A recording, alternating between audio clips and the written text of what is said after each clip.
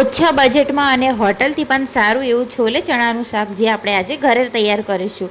તો ચલો બનાવવાનું શરૂ કરીએ. સૌથી પહેલાં રાતે પલાળેલા છોલે ચણા લઈ લઈશું. એમાં મીઠું એડ કરીશું. હવે કુકરનું ઢાંકણ ઢાંકીને ગેસની ફ્લેમને કરીશું ઓન અને કુકર ચડાવી દઈશું.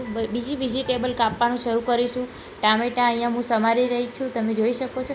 અને હવે આપણે કેપ્સિકમને પણ આ રીતે સમારી લેવાનું છે. ડુંગળીના પણ 4 પીસ કાપી દેવાના છે. અને આ બધું તમારે એક મિક્સર જારમાં એડ કરવાનું છે. તો આ બધી વેજીટેબલ તમારે જેટલી લેવી એ તમે લઈ શકો છો. અહીંયા મેં 3 પ્રકારની વેજીટેબલ લઈ લીધી છે, તમે જોઈ શકો છો. હવે બધું આપણે મિક્સરમાં એડ કરીશું. ટામેટાં, ડુંગળી, કેપ્સિકમ બધું મેં એડ કરી દીધું છે. હવે આપણે આની સારી એવી પેસ્ટ તૈયાર કરવાની છે. તો અહીંયા આપણી પેસ્ટ તૈયાર થઈ ગઈ છે. તો બસ હવે આપણે વઘાર માટે આપણે અહીંયા ડુંગળી કાપી લઈશું, ઝીણી સમારેલી. તો હવે આપણે ચેક કરીશું કે આપણા છોલે બફાઈ ગયા છે કે નહીં. તો અહીંયા આપણા છોલે બફાઈ ગયા છે. તો બસ ગેસની ફ્લેમને કરીશું ઓન અને વઘારની તૈયારી કરીશું.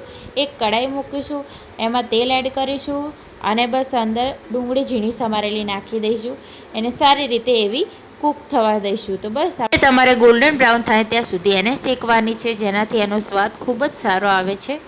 આમાં પેસ્ટ નાખી દઈશું, એ પણ સારી રીતે મિક્સ કરીશું. એને પણ ચડવા દઈશું, કૂક થવા દઈશું. હવે એમાં નાખીશું 2 ચમચી લાલ મરચું, ધાણા જીરું પાવડર, હળદર અને ગરમ મસાલો અને મીઠું નાખીને સારી રીતે એવું મિક્સ કરી દઈશું.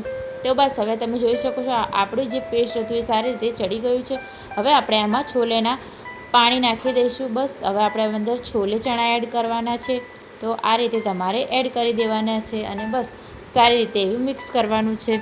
તો બસ હવે આપણે છોલે ચણાને એક ઉભરો આવવા દઈશું, જેનાથી છોલે ચણાનો જે રસો હશે એ જાડો થઈ જશે. તો બસ આપણે અહીંયા છોલે ચણાની સબ્જી એકદમ રેડી થઈ ગઈ છે. હોટલથી પણ સારી આ સબ્જી બની છે. તો તમે આ રેસીપી ગમી હોય તો પ્લીઝ મારી ચેનલને સબસ્ક્રાઈબ કરવાનું ના ભૂલતા અને હા, વિડીયોને શેર કરવાનું પણ ના ભૂલતા. મળીશું નેક્સ્ટ વિડીયોમાં.